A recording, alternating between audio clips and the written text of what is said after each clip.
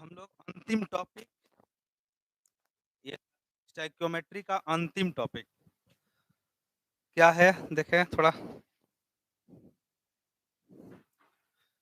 अच्छा, प्रॉब्लम से रिलेटेड तो मिक्सचर हो गया था है ना, मिक्सचर भी करा दिए थे 3।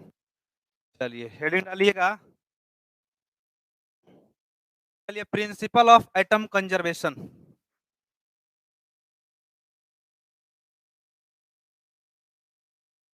Principle of atom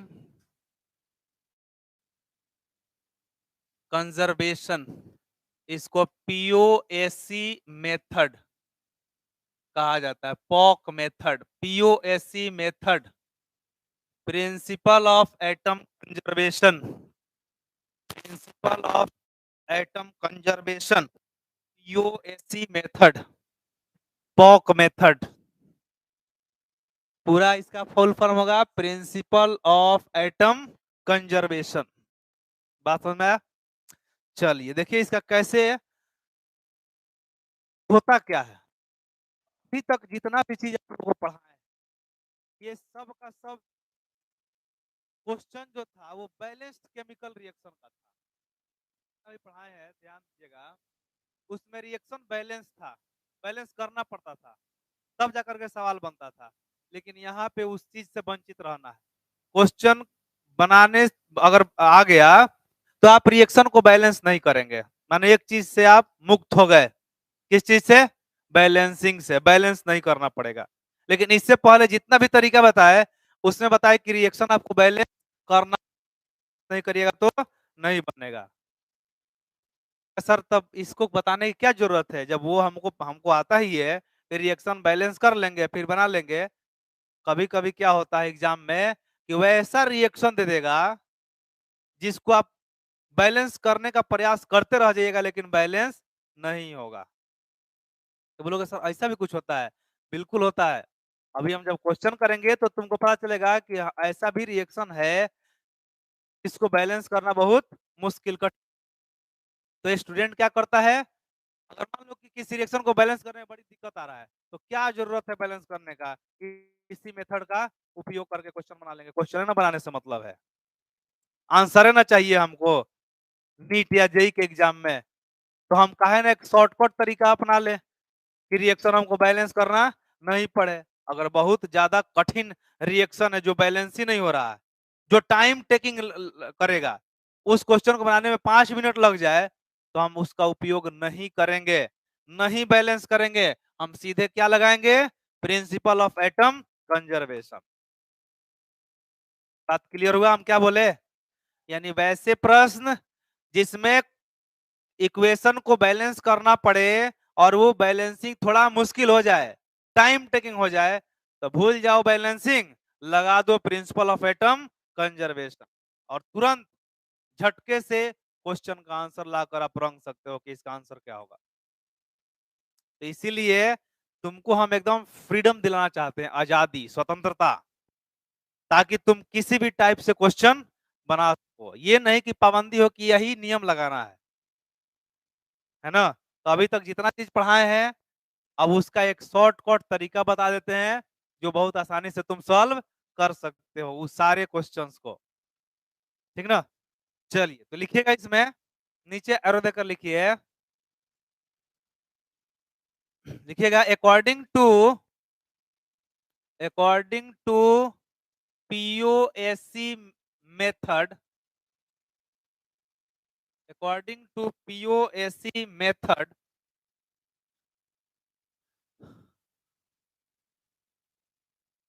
total number of atoms, total number of atoms in reactant side, reactant side is always equal to number of atoms in product side, in product side. It means it means और it means atoms are conserved in any chemical reaction. सीधा सा बात लिखवाए, according to पीओएससी के अनुसार, पीओएससी method के अनुसार total number of atoms in reactant side में जितना नंबर ऑफ एटम्स होगा is always equal to number of atoms in product side. यानी कोई केमिकल रिएक्शन है तो ये तुम अपने दिल में रखना, मन में ये बात रखना कि हमेशा जितना एटम का संख्या रिएक्टेंट में होगा उतना ही एटम का संख्या प्रोडक्ट में भी होगा। बात समझ में आया? इसका मतलब कि किसी भी केमिकल रिएक्शन में एटम्स हमेशा क्या होते हैं? कंजर्व होते हैं। अब कहोगे, इसका एग्जांपल से दिखाते हैं। जैसे देखो, हमने यहां लिखा H2 प्लस O2 और ये मिल करके बना दिया H2O2 हाइड्रोजन। देखो तो इस रिएक्शन में जितना नंबर ऑफ एटम्स रिएक्टेंट में है उतना ही प्रोडक्ट में।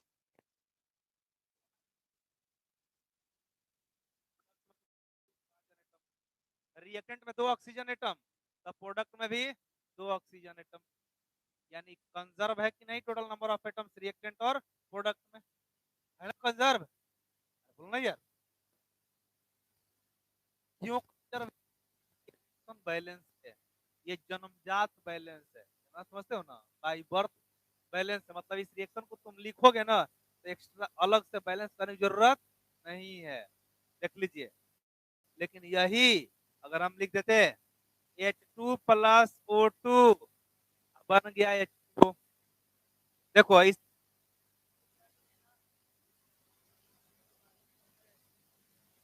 में 2 ऑक्सीजन एटम है, अब प्रोडक्ट में तो एक है, तो इसका मतलब कि प्रोडक्ट में सही में एक है? नहीं, प्रोडक्ट में भी उतना ही है जितना रिएक्टेंट में है। तो हमको दिख क्यों नहीं रहा है? क्योंकि हम लोग अपने ज्ञान के नेत्र से देख नहीं रहे हैं, इसीलिए नहीं दिख रहा है। अब ज्ञान का नेत्र क्या है? तो बैलेंस कर लो ना, पता चल जाएगा। अगर हम यहाँ पर 1/2 कर दें तो देख, तो इधर में एक ऑक्सीजन एटम होगा, इधर भी एक है कि नहीं है? इसका सीधा मतलब है कि ये वाला रिएक्शन बाय बर्थ बैलेंस था, जन्मजात बैलेंस है, लेकिन ये जो है बैलेंस नहीं था, इसको बैलेंस करना पड़ा। बात समझ में आया? तो इसका ये कदापि मतलब नहीं है, अगर ये रिएक्शन बैलेंस नहीं है तो इसका ये मतलब नहीं है कि रिएक्टेंट और प्रोडक्ट में एटम का संख्या बराबर नहीं है, बराबर ही है। वो दिखेगा कब? जब बैलेंस करेंगे तब।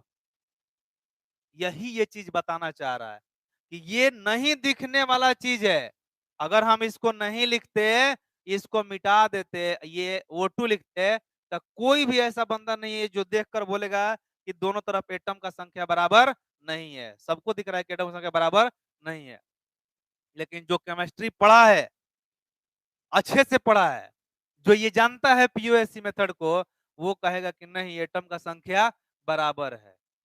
तो बाकी सब उसको क्या समझेगा कि महाबोका है, पगला है, इसको कुछ नहीं दिख रहा है यहाँ पे, जबकि दिख नहीं रहा है जो बोल रहा है उसको। क्योंकि एटम कंजर्वेशन का लॉ भी बोलता है कि इक्वेशन जो लिखा जाता है वो बैलेंस हो चाहे अनबैलेंस हो, कुछ भी हो, हमेशा एटम का संख्या दोनों तरफ क्या रहेगा? सेम होगा। कंजर्वेशन इसी को कहा जाता है। अब रही बात कि ये दिखेगा कब? जब तुम इसको बैलेंस कर दोगे तो दिख जाएगा कि दोनों तरफ सेम है। बात समझ में आया? तो ये एक अलग नियम बनाया गया था ताकि तुम अनबैलेंस्ड केमिकल रिएक्शन से भी क्वेश्चन को बना सको, आंसर तक पहुंच सको। तो स्पष्ट यहां बात हम कर दिए। अकॉर्डिंग टू पीओएससी मेथड के अनुसार total number of atoms in reactant side is always equal to total number of atoms in product side. It means, इसका मतलब है कि एटम्स आर कंजर्व्ड। एटम क्या है? कंजर्व्ड है इन एनी केमिकल रिएक्शन, किसी भी केमिकल रिएक्शन में, ठीक है ना। दूसरा पॉइंट यहां लिखते हैं, no need, no need of balanced chemical equation, no need of balanced chemical equation for solving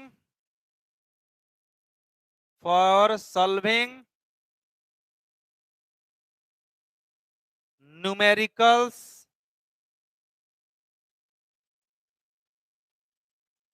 according to POSC method. No need of balanced chemical equation, balance chemical equation की कोई जरूरत नहीं है प्रॉब्लम को, numerical को बनाने के लिए, किस मेथड के अनुसार, पीओएससी मेथड के अनुसार।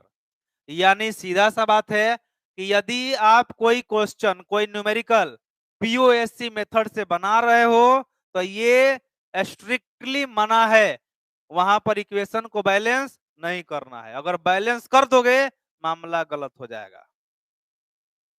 यहाँ स्पष्ट लिख दिया कि no need of balanced chemical equation for solving numericals according to POSC method. POSC method से क्वेश्चन को सॉल्व करने के लिए, न्यूमेरिकल्स को बनाने के लिए आपको बैलेंस केमिकल इक्वेशन की कोई जरूरत नहीं है, ठीक है। अब ये समझना है कि ये प्रॉब्लम को सॉल्व कैसे करेगा, अब तरीका सीखना है। ये तो दो चीज बता दिए कि पीओएससी मेथड में क्या है और क्या नहीं है। अब इसको कैसे करेंगे, यानी numericals, how to solve numericals, कैसे न्यूमेरिकल को सॉल्व करेंगे। लिख लिए इसको, मिटा दें। चलिए अब ध्यान दीजिए, एग्जाम्पल हमने लिखा KClO3 एक कंपाउंड है, KClO3 इसका पोटेशियम क्लोरेट,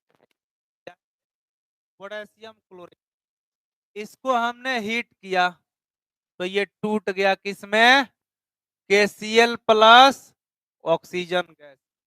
देखिए तो एक है, नहीं है, नहीं है। देखो इधर में पोटेशियम एक, इधर पोटेशियम एक, इधर क्लोरीन एक,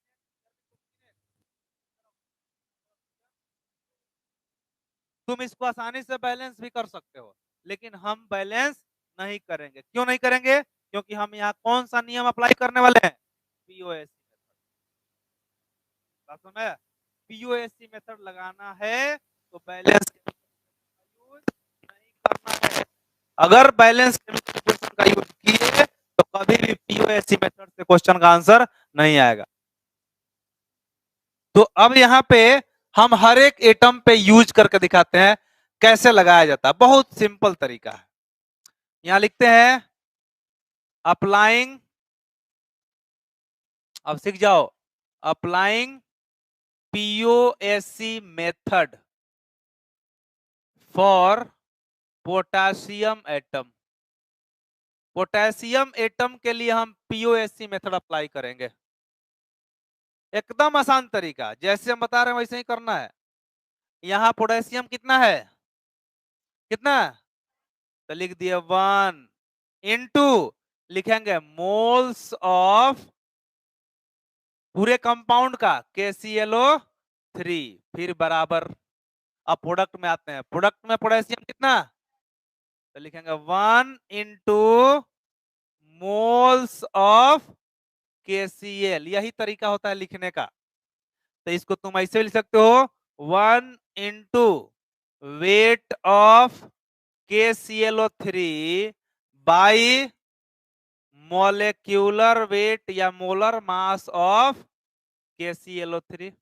और भाई इसी को ना मोल कहा जाता है, given mass by molar mass क्या होता है, मोल होता है। तो इस न मोल्स को हम ऐसे भी तो लिख सकते हैं, इसको लिख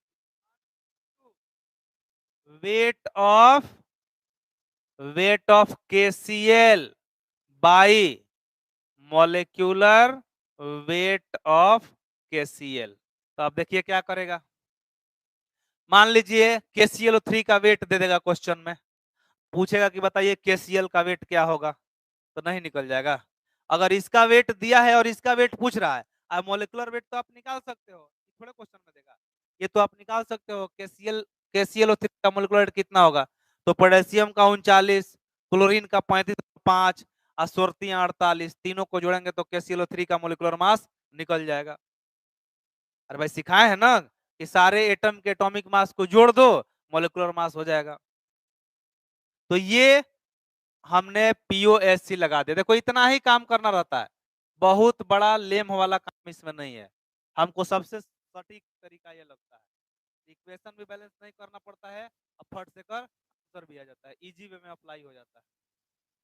फिर हम यहाँ लिखते हैं अप्लाइंग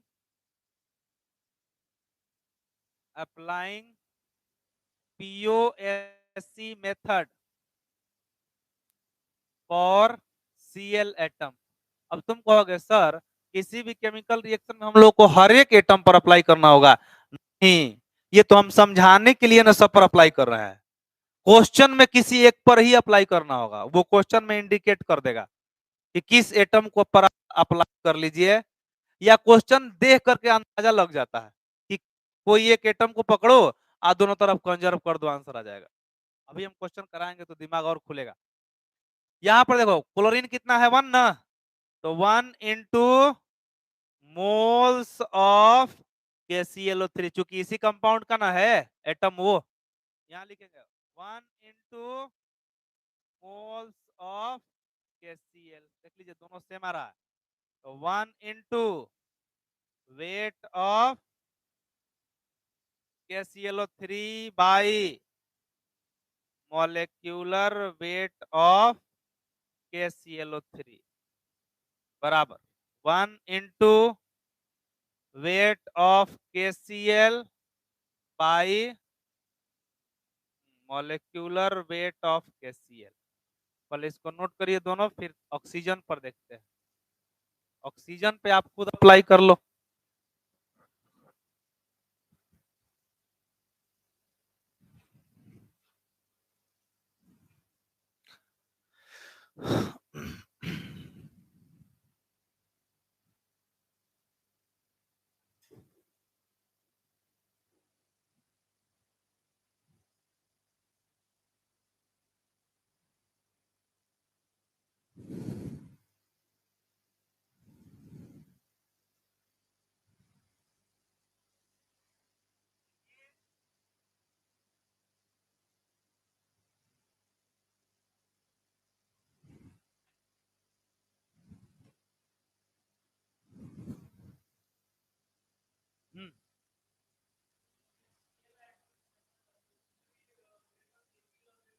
चूंकि एक ही में ना दोनों है, इसी कारण से सेम हो जाएगा, ये वाला ये वाला। अब वो ये चीज तुम क्वेश्चन जब, चूंकि हम थ्योरी पढ़ा रहे हैं, क्वेश्चन जब आएगा ना तो तुमको पता चल जाएगा कि हम के को बैलेंस मतलब कंजर्व करें कि Cl को करें, है ना, कि O को करें, वो क्वेश्चन से डिसाइड होगा। देखो थ्योरी में बहुत सारा ऐसा चीज होता है जो केवल समझने के लिए होता है, एप्लीकेशन जब करोगे तो पूरा दिमाग में खुल जाएगा, क्लियर हो जाएगा कि अप्लाई कैसे होता है ना। तो अभी तुम परिचय कर रहे हो, मुलाकात कर रहे हो, बाकी बात तो बाद में होगा। पहले मुलाकात फिर बात, है ना। अगर उस पर भी ना माने तो लतम, जूता और लात।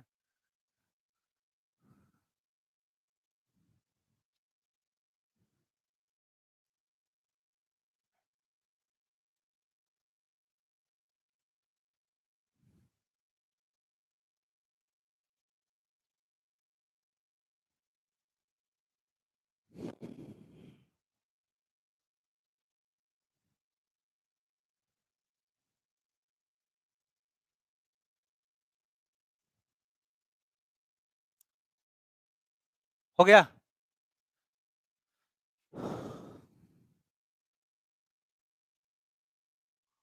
यहाँ पे इस इक्वेशन में हम लिखते हैं applying POSC method for O atom, oxygen atom के लिए, O एटम के लिए। तो O जो है यहां पर आप लिख दे कितना 3 ना, 3 इंटू वेट ऑफ सेम रह गया, और यहाँ पर भी 3 लिखिए, मोल्स ऑफ KClO3 यहाँ पर और कितना था तो 2 था, इंटू यहाँ O2 हो जाएगा, यहाँ भी आप 2 कर दो, यहाँ पे O2 और weight of O2 by molecular weight of O2 हो गया। इधर में 3, इधर में 2, जितना एटम होगा ना वो लिखा जाता है। नोट करिए इसको, फिर नीचे नोट करिए, applying POSC method for oxygen atom.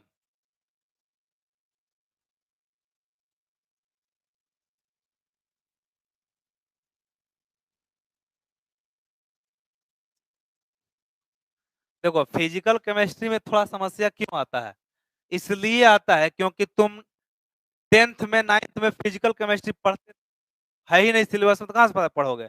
और जैसे तुम 11th में आते हो अचानक से एक नया मिल जाता है, इस कारण से दिक्कत होता है। और बच्चा जो जो चीज तुम 10th में पढ़े होंगे ना उसमें उतना तुमको दिक्कत नहीं होगा, लेकिन ये तो तुमको एक फ्रेश स्पेशल नया टॉपिक मिल जाता है, नया केमिस्ट्री मिल जाता है, इस कारण से बच्चा थोड़ा सा यहाँ पर उसको हाँ गड़बड़ होता है। लेकिन उसको कंट्रोल करोगे, धीरे धीरे समझने का प्रयास करोगे तो बहुत मुश्किल तो है नहीं, मैथमेटिकल चीज है ये। 9th में इससे कुछ नहीं दिया, कोई एक मोल के बारे में तो 9th क्लास में थोड़ा सा बताया है, वो भी लास्ट में। 10th में तो कहीं दूर दूर तक नहीं दिखाई देगा। इसलिए और यही कारण है कि मार्केट में केमिस्ट्री में फिजिकल पढ़ाने वाले टीचर बड़ी कम मिलते हैं, क्योंकि फिजिकल पढ़ाने वाला टीचर जो होगा वो इतना नया ही चीज होता है बच्चा के लिए कि बच्चा हमेशा सोचता है कि इसको पढ़ाने ही नहीं आ रहा है, ये उसको ये लगता है, क्योंकि वो समझ नहीं पाता है उतना अच्छे से, तो उसको लगता है कि इनको पढ़ाने नहीं आ रहा है। बात समझ, इस कारण से दिक्कत होता है इस सब में। इसीलिए टीचर भी बहुत कम मिलेगा फिजिकल केमिस्ट्री खोजोगे तो, सबसे ज्यादा मिलेगा ऑर्गेनिक का, इनऑर्गेनिक का भरा हुआ है मार्केट में, जहां थूकोगे वहीं पड़ जाएगा ऑर्गेनिक के टीचर पे।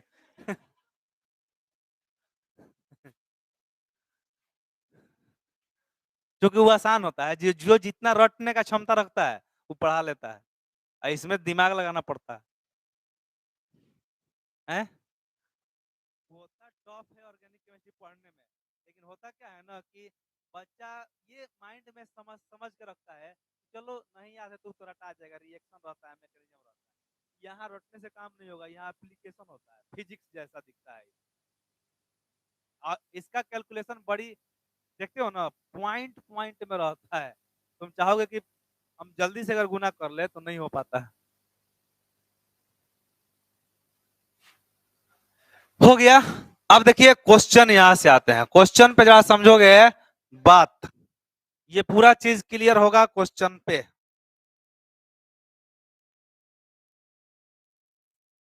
चलिए लिखिएगा, क्वेश्चन है 27.6 gram of K2CO3 was treated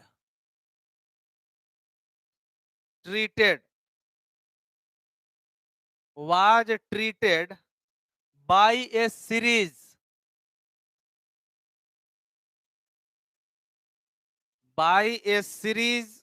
of reagents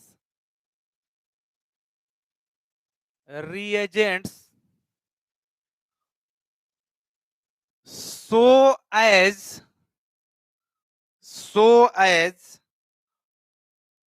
to convert all of its carbon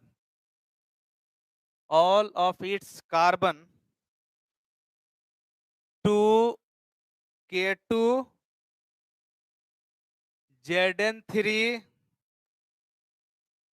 FeCN whole 6 whole 2।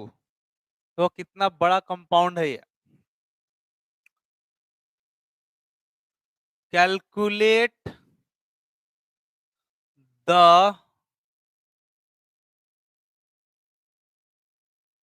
weight of the product.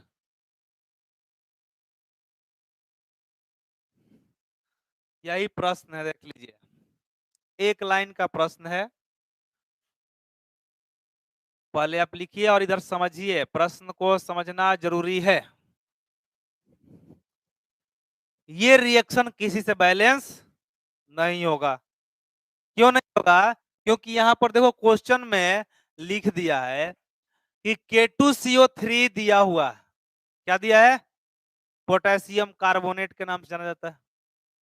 Was treated by A series of reagents. वो क्या रिएजेंट है कुछ पता नहीं है। मतलब K2CO3 में K2CO3 में बहुत सारा रिएजेंट डाल दिया गया है ना। ट्रीटेड यहां लिख देते हैं, treated by A series of reagent. अभी कौन कौन सा रिएजेंट है कुछ पता नहीं है।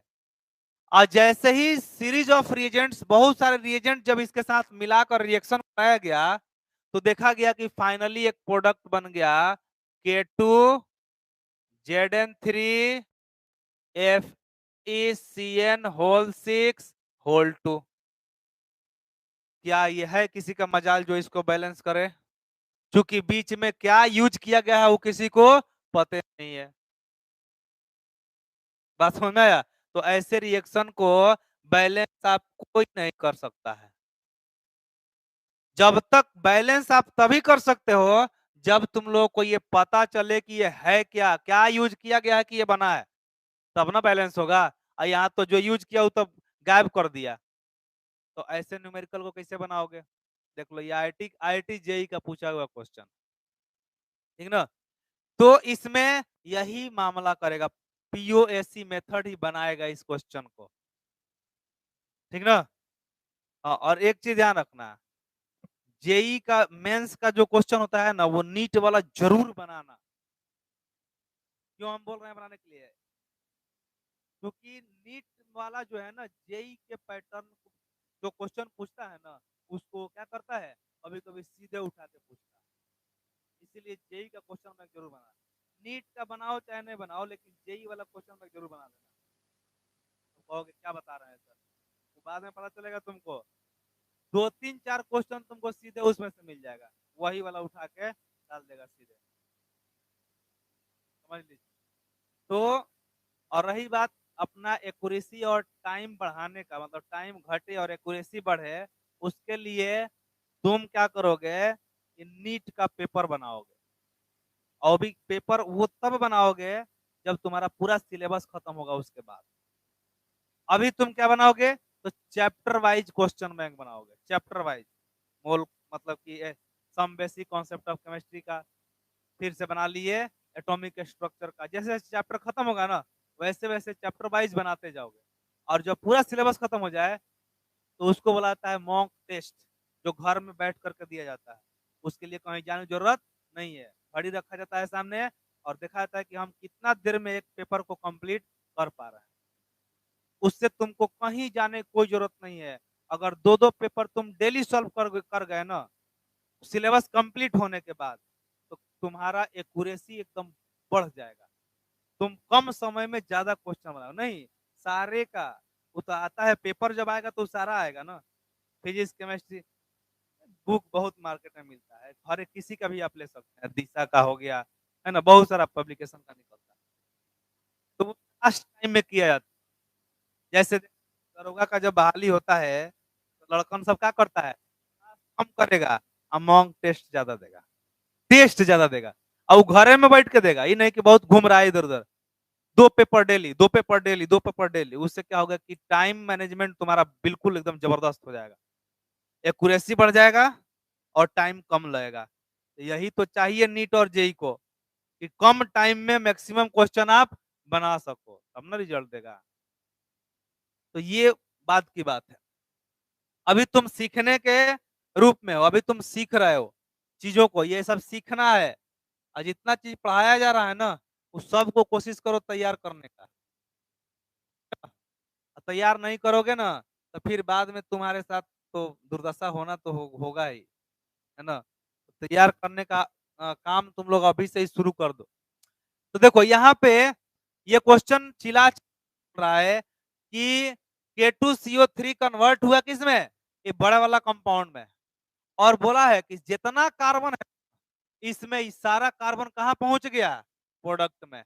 यानी ये इंडिकेट कर दिया कि किसको किसको तुम प्रिंसिपल ऑफ एटम कंजर्वेशन में लाओ, कार्बन को, कार्बन के ऊपर अप्लाई करो।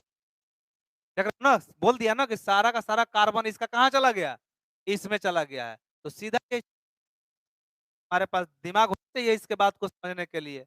ये बोल दिया कि जितना कार्बन है यहाँ वाला यहाँ आ गया, मतलब अप्लाइंग पीओएससी मेथड किस पर, कार्बन पे लगा दो। Applying applying POSC method for C atom, applying POSC method on carbon atom, है ना, ऑन कार्बन एटम। तो लगा दीजिए यहाँ पर कार्बन कितना है, एक है, तो लिख दें 1 × मोल्स ऑफ K2CO3। इधर में कार्बन का गो है, तो 12 गो है। देखिए 6 व 2 12 है ना, तो ये हो जाएगा 12 × मोल्स ऑफ K2ZN3FeCN6 अब इसको आप ऐसे भी लिख सकते two weight of K2CO3 by molecular weight of K2CO3 बराबर 12 into weight of K2ZN3FeCN6 by molecular weight of K2ZN3FeCN6। अब यहां से ये देखिए K2CO3 का वेट कितना दिया, 27.6। मोलिकुलर वेट ना निकल जाएगा कितना, 138। देखिए हम जोड़ देते हैं, पोटेशियम का 39 होता है ना, तो पोटेशियम का 39 कितना हो जाएगा, 138, 2 + 12 + 48 हो जाएगा 138, 138 बराबर 12 इंटू, इसका वेट तो पूछा गया है, वेट ऑफ K2ZN3FeCN6 अब बाई मोलिकुलर वेट टोटल जोड़िएगा इसका तो कितना आएगा, 698। आप करके देख सकते हैं, जिंक ऐसा पता है लिख करके, तो ये कितना आ जाएगा 698। अब देखो तो यहाँ से सब गुना भाग तो केवल बच गया, यानी रिएक्शन यहाँ बैलेंस करने की जरूरत पड़ा, ये सीधा आंसर।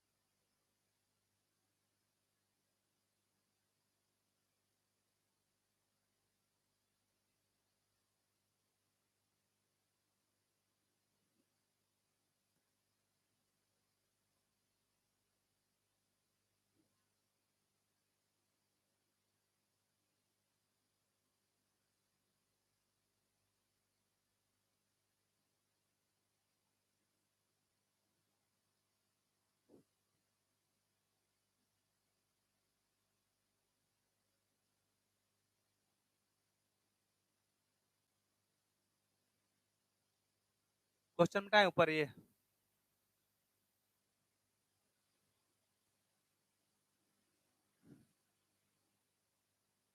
जिसका छूटा हुआ है तो उसका क्या किया जाए? पढ़ना पड़ेगा, और हम क्या कर सकते हैं। तो मिलते हैं रविवार का रविवार सुबह 9-10 बजे है। जो होगा उसको पढ़ा देंगे। हैं? हाँ 10 बजे।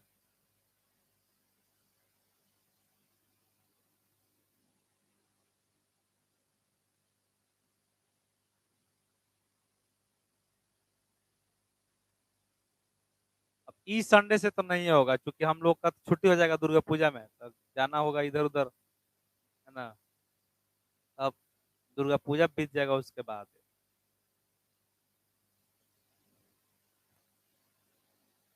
यहाँ भी तो छुट्टी होबे ना करेगा। कम से कम लाउड स्पीकर लगा देगा सब तो आवाज नहीं आएगा। दिन भर बजाएगा सब।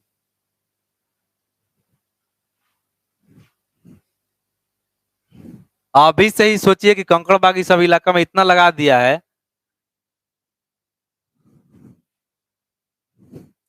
ये देखिए तो ये हो जाएगा, निकल जाएगा ना।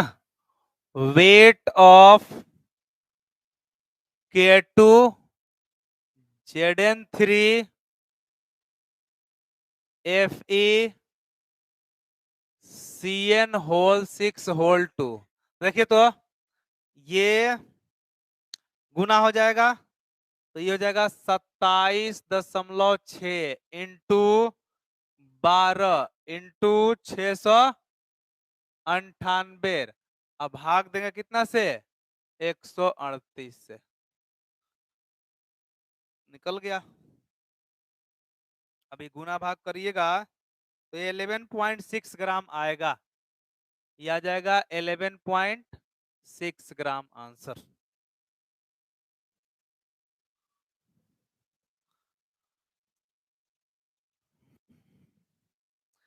देखो केमिस्ट्री में ना क्वेश्चन भारी नहीं होता है, तरीका बहुत ज्यादा होने के कारण से बच्चा थोड़ा सा अलबला जाता है।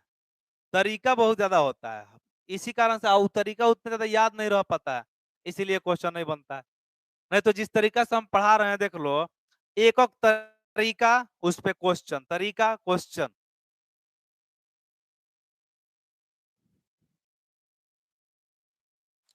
बेटा इसको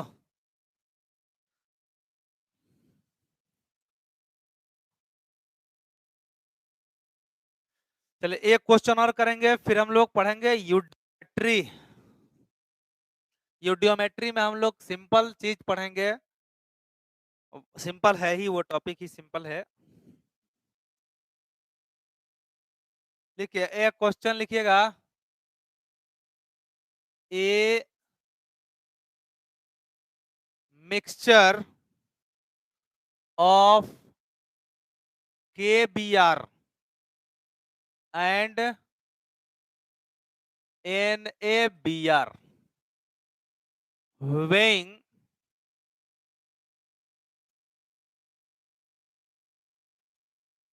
weighing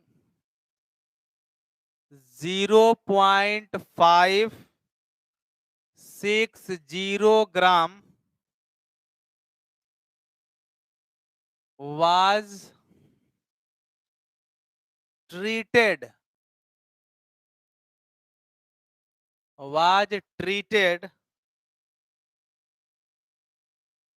with aqueous Ag plus ion and all bromide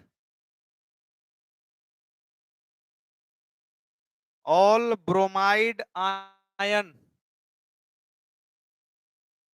was recovered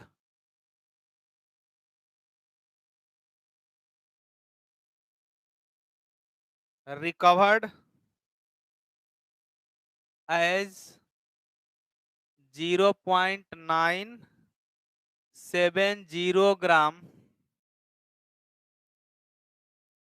of pure AgBr.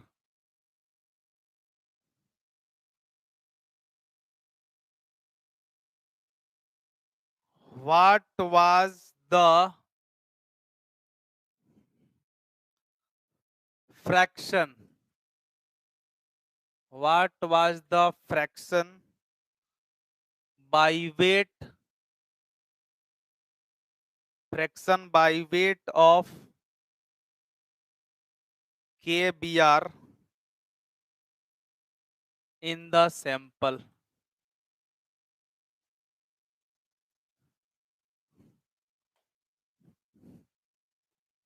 ये क्वेश्चन है।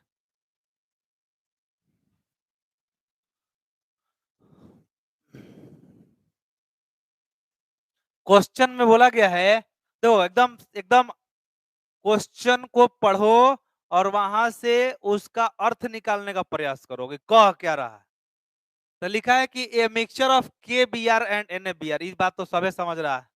एक मिक्सचर दिया है किसका किसका, के बी आर और N A B R, potassium bromide और सोडियम ब्रोमाइड का। फिर बोला है जिसका वेट कितना है 0.560 ग्राम, उस मिक्सचरवा का वेट है। वाज ट्रीटेड विथ, इसमें ट्रीटेड डाला गया क्या, aqueous AG plus ion, silver AG plus ion, and all bromide ions, यहां जितना भी ब्रोमाइड आयंस था वो सभे का सभे कन्वर्ट हो गया किसमें, एजी बी आर में। चूंकि एजी प्लस है और बी आर माइनस, तो एजी बी आर में कन्वर्ट हो गया। जिसका यहाँ पर देखिए वेट दिया हुआ है, इतना वेट प्योर एजीबीआर का बन गया, वेट दिया हुआ है। अब पूछा है कि बताइए कि इसमें कितना के बी आर का फ्रैक्शन मौजूद है। क्वेश्चन का अर्थ निकालना तुम सीख गया ना, तो समझ लो कि 80% क्वेश्चन बनाना सीख गया।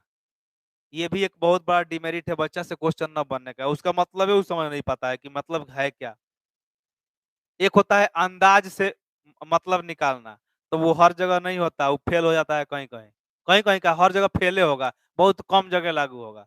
लेकिन जब तुम दिमाग यूज करके इसका अर्थ निकालने लगोगे ना, उसके बाद सारा क्वेश्चन तुमको हल्का लगने लगेगा। चाहे फिजिक्स हो और चाहे फिजिकल केमिस्ट्री हो और चाहे बायोलॉजी हो।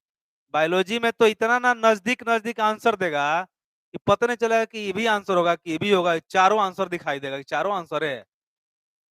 इतना मतलब नजदीक नजदीक ऑप्शन देता है कि, बात समझ में आया।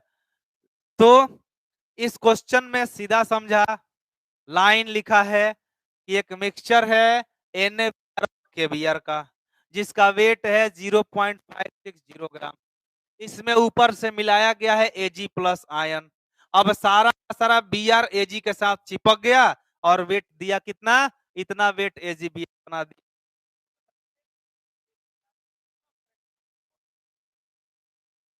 देखो सोल्यूशन, जब हमको इसका आंसर ही मतलब इसका अर्थ ही पता चल गया तो क्वेश्चन आसान हो गया। ये देखो K B R plus N A B R, और इसमें डाला क्या ए जी प्लस, तो ये सभे का सभे कन्वर्ट किस में हो गया, ए जी बी आर में। ये दो और ये दो बैलेंस हो गया के, था दो ब्रोमीन यहाँ, दो ब्रोमीन, दो एजी बैलेंस। लेकिन क्या बैलेंस करना है, तो हम बैलेंस नहीं करेंगे, नहीं तो मामला गड़बड़। हम यहाँ पीओएससी मेथड लगाएंगे। तो ये था मिक्सचर में डाला गया ऊपर से ये, तो बन गया एजीबीआर। पूछा है कि बहुत आसान तरीका, applying applying P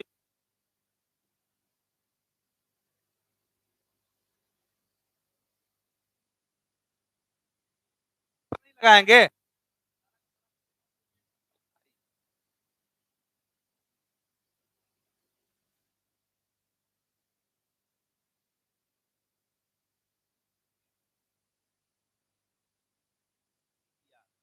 plus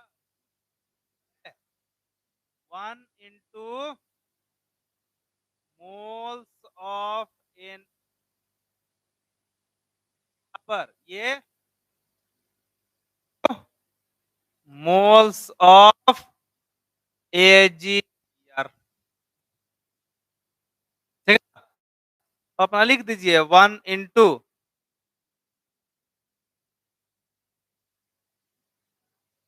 pi molecular weight of KBr plus 1 ×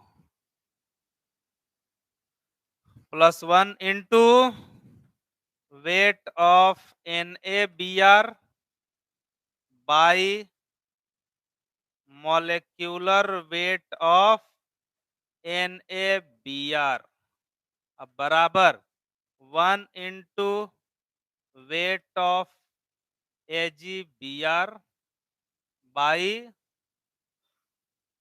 molecular weight of AgBr। अब सब डाटा दिया है, देखिए मिक्सचर में मान लीजिए कि KBr x दे दिया है, ठीक ना, x मान लेंगे। तो यहां पर लिख दीजिए ये हो गया 1 × x, इसका मोलिकुलर मास कितना हो जाएगा 119 प्लस ये 0.5 जब 60 माइनस x हो जाएगा NaBr, और चूंकि ये 1 है तो 1 बार बार अब क्या लिखना है, और इसका मोलिकुलर मास आप निकालिए तो कितना आएगा, तो ये आ जाएगा 103 बराबर वेट ऑफ AgBr दे दिया है कितना 0.970। अब मोलिकुलर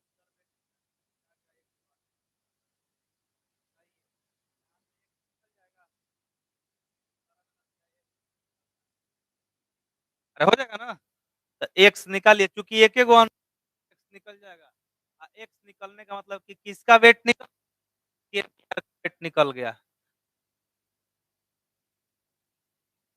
तो फ्रैक्शन में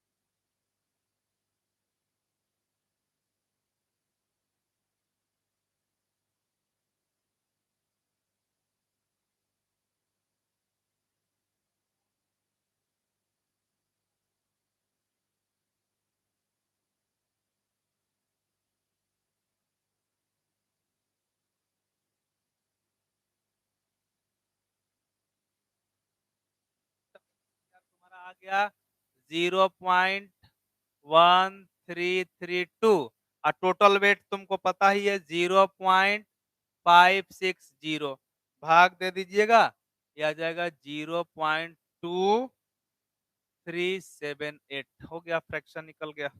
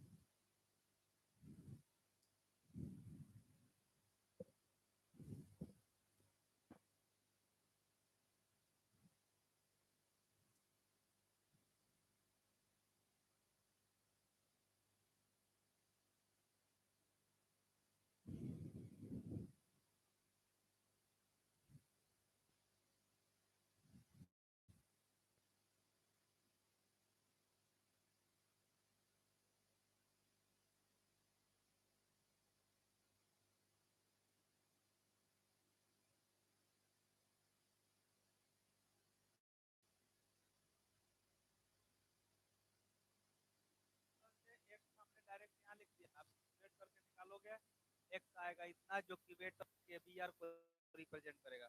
अरे एक्स हम किसका माने हैं, weight of K B are को माने हैं, एक्स आएगा तो फ्रैक्शन निकल जाएगा, ये इसका वेट बाई टोटल वेट समझिएगा।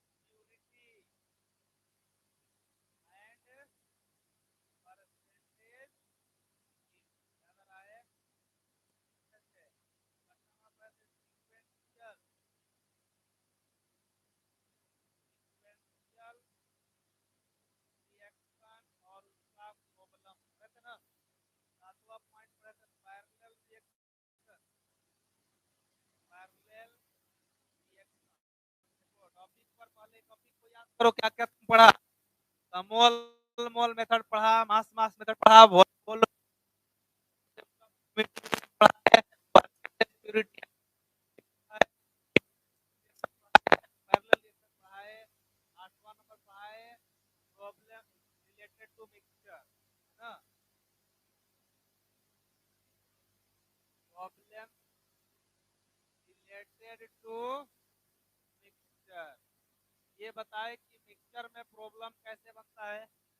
फिर हम बताए 9 number point principle of atom conservation, ये चीज हम लोग यानी यहाँ पढ़ा करके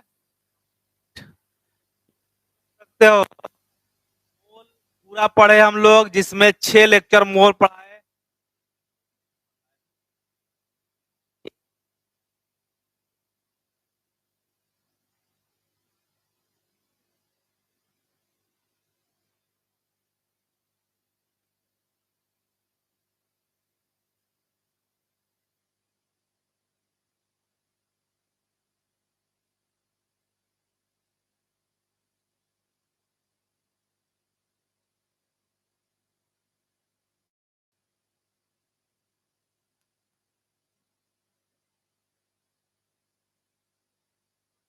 बैटरी और गैस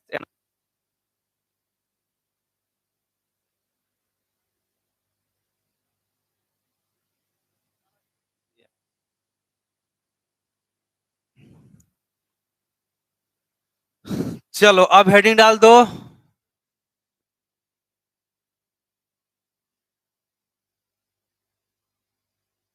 यूडियोमेट्री और गैस एनालिसिस, यूडियोमेट्री और गैस एनालिसिस, यूडियोमेट्री और gas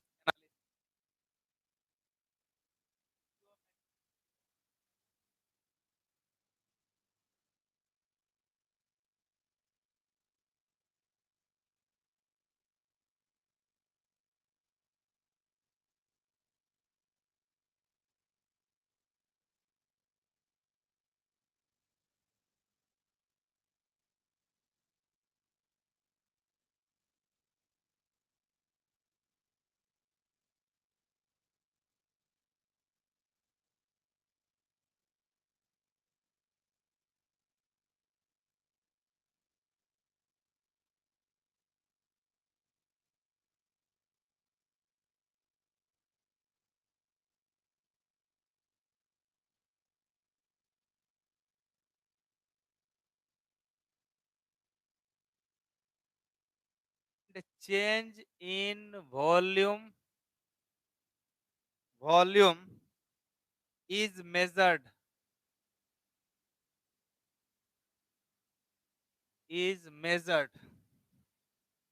using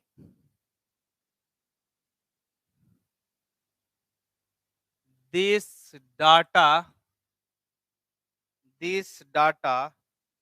molecular formula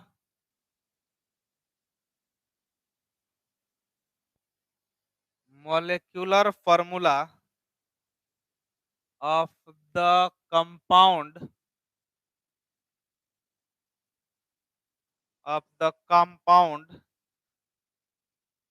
can be determined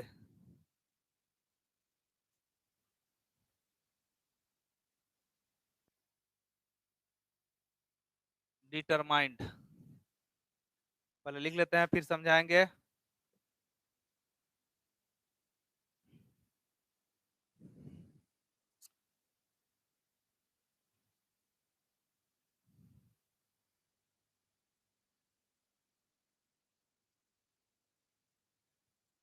chemical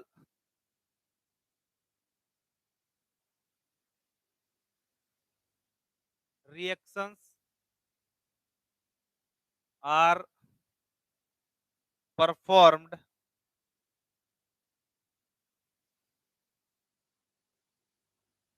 chemical reaction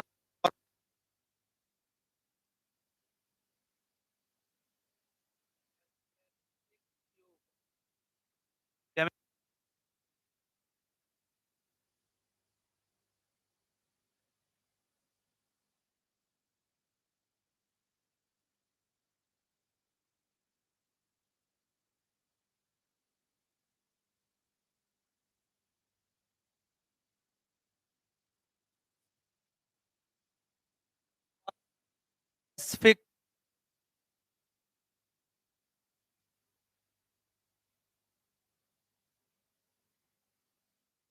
tube.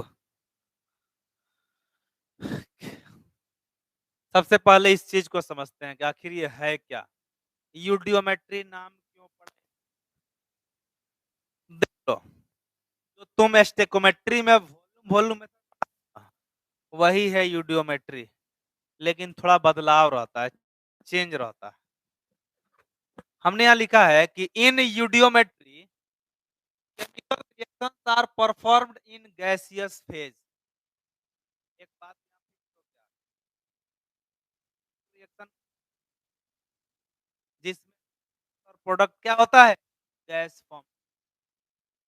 पहला चीज यूडियोमेट्री के अंदर ऐसे केमिकल रिएक्शंस के कराएंगे या उसके बारे में एनालिसिस करेंगे जिसमें रिएक्टेंट और प्रोडक्ट क्या होगा, गैस होगा, तो गैसियस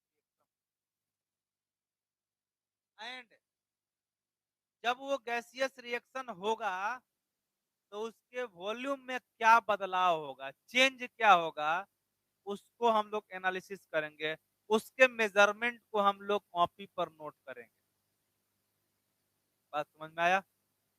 मान लीजिए कि तुम रिएक्टेंट में दो गैस मिलाए और दोनों का वॉल्यूम मान लो कि 40 लीटर था जोड़ करके, और जैसे वो रिएक्शन हुआ तो देखा गया कि वॉल्यूम जो है वो 35 लीटर मिला।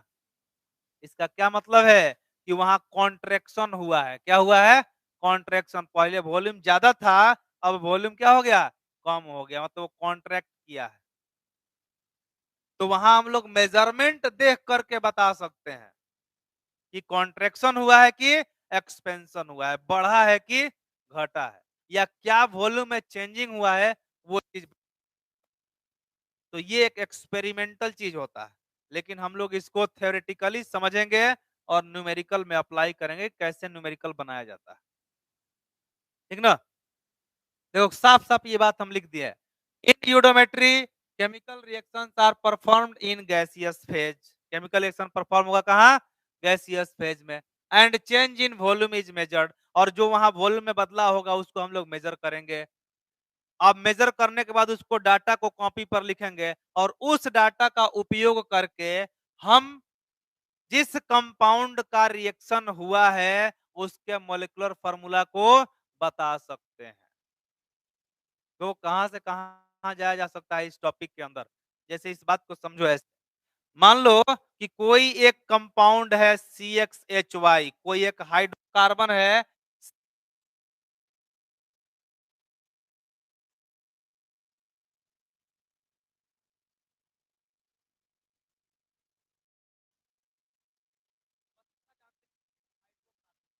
हाइड्रोकार्बन मतलब कार्बन और हाइड्रोजन दोनों हो, और इसका कंबसन ये गैस फेज में है, इसका कंबसन हमने कराया इन प्रेजेंस ऑफ ऑक्सीजन, तो ये बन गया CO2 गैस और प्लस H2O गैस।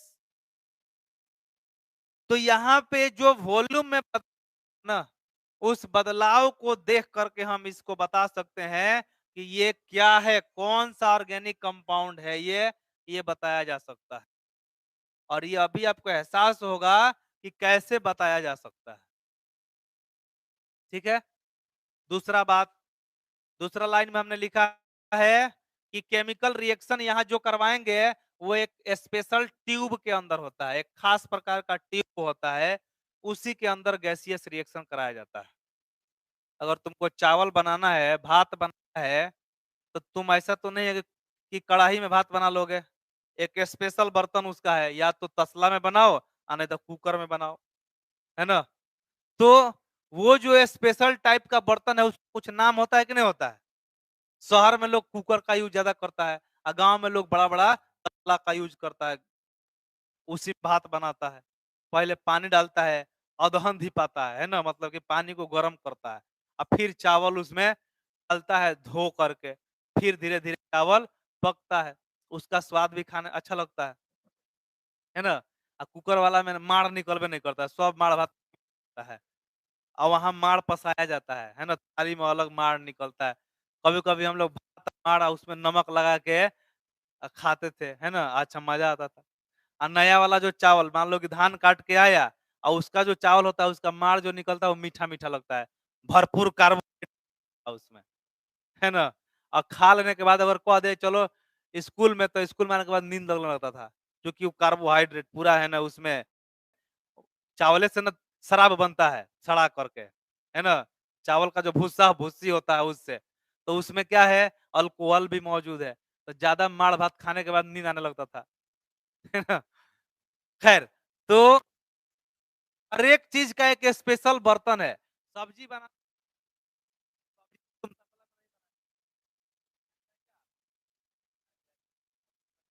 तो उसका स्पेशल नाम है कि वो क्या है, कढ़ाई है। कढ़ाई में सब्जी चलाएंगे किस चीज से, तो छोलनी से चलाएंगे, उसका भी स्पेशल नाम है छोलनी। भात अगर निकालना है तो करछुल से निकालेंगे, उसका भी स्पेशल नाम है। यानी हर एक चीज का जो उपयोग है उसके अनुसार नाम है। वैसे ही यहाँ भी वो ट्यूब ट्यूब तो इनफाइनाइट है, लेकिन जिस ट्यूब के अंदर गैस फेज इन सब रिएक्शंस को करवाया जाता है उस ट्यूब का नाम क्या होता है, यूडियोमेट्री ट्यूब। और उसी ट्यूब के नाम के आधार पर इस टॉपिक को क्या लिखा गया, यूडियोमेट्री, चाहे गैस एनालिसिस। बात समझ में आया। अब देखो एक बात और यहाँ बताएं, तुम सोच के बताओ कि गैस का वॉल्यूम क्या बराबर हो सकता है कभी भी। अगर तुमसे बोले कि 1 मोल ऑक्सीजन गैस, तो 1 मोल का वॉल्यूम एसटीपी पर कितना होगा, एसटीपी पर कितना, 22.4 है ना। 1 मोल कोई भी गैस का वॉल्यूम एसटीपी पर कितना, 22.4 लीटर। 1 मोल आप 22.4 क्या बराबर है, नहीं है। यानी मोल कभी भी वॉल्यूम के बराबर नहीं हो सकता। अगर हम लिख दे कि एन इज इक्वल टू भी, तो ये गलत बात है, मोल नॉट इक्वल टू वॉल्यूम। मोल कभी वॉल्यूम के बराबर नहीं हो सकता है। मोल कॉन्सेप्ट में पीछे के दिन याद करो जब पढ़ रहे थे इसके बारे में, तो मोल नॉट इक्वल टू वॉल्यूम। दूसरा बात, क्या मोल इनका हम रेशियो लेंगे तो बराबर हो सकता है, जरा जरा देखो, 1 मोल O2 गैस तुम लिए, 1 मोल, तो इसका वॉल्यूम कितना आ गया? 22.4 लीटर, है ना? अगर हम इसको 2 मोल कर देंगे तो वॉल्यूम कितना हो जाएगा इसका? कितना? गुना कर दो, ये हो जाएगा 44.8 लीटर हो जाएगा कि नहीं हो जाएगा? 1 मोल गैस का वॉल्यूम एसटीपी पर 22.4, तो 2 मोल उसी गैस का वॉल्यूम कितना हो जाएगा? 44.8 नहीं हो जाएगा? तो क्या तुम इसका रेशियो लेगा 1/2, देखो तो 22.4/44.8, देखो तो ये 1/2 के बराबर आ गया कि नहीं आएगा? आया कि नहीं आया? तो रेशियो जो होगा ना वो बराबर हो सकता है, लेकिन वॉल्यूम और मोल कभी बराबर नहीं हो सकता है। मतलब हम ये लिख सकते हैं बात कि mole ratio is equal to volume ratio, मतलब N1/N2 बराबर V1/V2 हो सकता है, लेकिन मोल वॉल्यूम बराबर कभी नहीं हो सकता। इस बात को भी नीचे मेंशन करिए, इसका उपयोग होने वाला है। मोल वॉल्यूम के बराबर नहीं होगा, ये गारंटी है किसी भी गैस का, लेकिन मोल रेशियो वॉल्यूम रेशियो के बराबर हो सकता है किसी भी गैस का।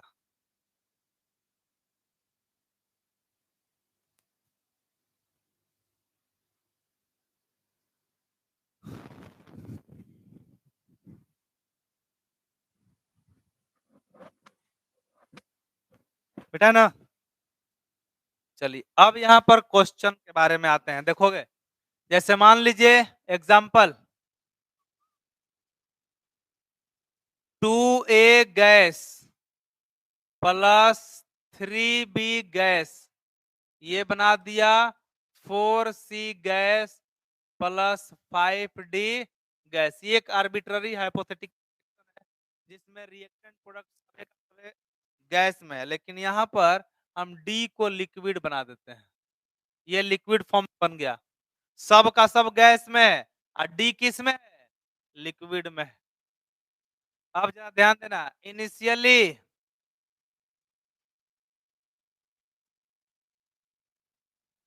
इनिशियली मान लीजिए कि ये x मोल है, तब b कितना मोल होगा? कितना? 3/2 इंटू एक्स, यही ना? 3/2 इंटू एक्स मोल, और ये 0 0 देख लीजिए, निकाले कैसे? 3/2 इंटू एक्स, सब चीज सीख चुके हैं हम लोग एक स्टेक्योमेट्री में। फाइनली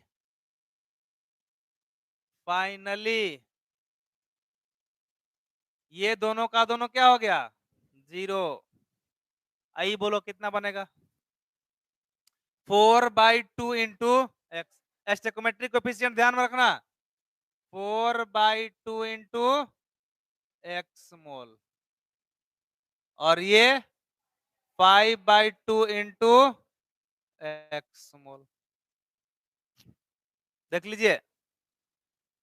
तो मोल हमने अप्लाई किया, तो इसी रिएक्शन को फिर लिखते हैं, लेकिन अब वॉल्यूम के टर्म में लिखेंगे। 3B ये बन गया 4C प्लस 5D। इनिशियली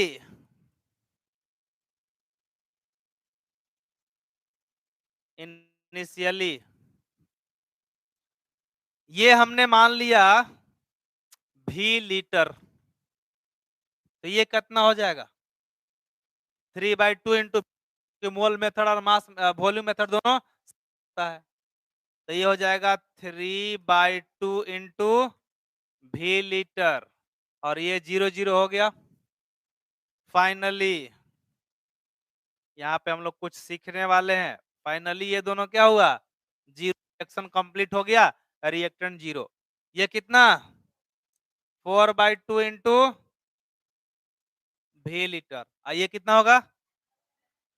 नहीं निकाल सकते हैं। अब कहोगे ऐसा क्यों? अरे भाई ये सब गैस में है, आई लिक्विड में है, तो गैस का वॉल्यूम से तुम, सॉरी, गैस के तुलना में तुम लिक्विड का वॉल्यूम नहीं निकाल सकते हो। गैस का वॉल्यूम इनफाइनाइट हो जाएगा, लिक्विड का वॉल्यूम निग्लिजिबल हो जाएगा। एक ही चीज का, जैसे मान लो 18 1 मोल, समझना इस बेसिक बात को, यहाँ पर बहुत गलती होने का चांस रहेगा। फट देना तुम वॉल्यूम देगा, वॉल्यूम से लिक्विड और सॉलिड का वॉल्यूम निकाल लोगे, ऐसा नहीं करोगे, क्योंकि लिक्विड और सॉलिड का वॉल्यूम गैस के तुलना में क्या होता है, बहुत कम होता है, निग्लेक्ट कर दिया जाता है, निग्लिजिबल होता है वो। जैसे मान लो कि 1 मोल वाटर वेपर है, 1 मोल वाटर वेपर जिसका वॉल्यूम एसटीपी पर कितना है, 22.4 लीटर, और उसको अगर हम लिक्विड में ला दें तो उसका वॉल्यूम कितना हो जाएगा, 18 मिलीलीटर। सोचो एगो कहा 22.4 लीटर, एगो कहा 18 मिलीलीटर, तो कम हो गया कि नहीं हो गया, लेकिन मोल में कोई बदलाव नहीं हो सकता। इसीलिए कहा जाता है, तुम 9वीं में 10वीं में पढ़ा होगा कि सबसे ज्यादा वॉल्यूम गैस ऑक्युपाई करता है, उस और गैस और के तुलना में लिक्विड और सॉलिड का वॉल्यूम सबसे कम होता है। लेकिन सॉलिड और लिक्विड में कंपेयर किया जाए तो लिक्विड का सॉलिड से ज्यादा वॉल्यूम होता है, ठीक ना। तो अगर हम लिख दें, इसीलिए ये सब गैस है और तुम गैस से लिक्विड या सॉलिड का वॉल्यूम नहीं निकाल सकते हो। अगर ऐसा किए, समझ लो तुम्हारा आंसर गलत। और तुम आखिर करोगे क्यों, इतना बवंडर गलती क्यों करोगे, तुम कैसे ये मान लोगे कि गैस और लिक्विड और सॉलिड का वॉल्यूम बराबर होता है, हम किसी से किसी का निकालेंगे, नहीं निकाल सकते हो। गैस से गैस का निकाल सकते हो, लिक्विड से लिक्विड का निकाल सकते हो, लेकिन गैस से लिक्विड का नहीं निकाल सकते हो। इसीलिए यहाँ कोई कैलकुलेशन नहीं होगा। नोट करो इसको।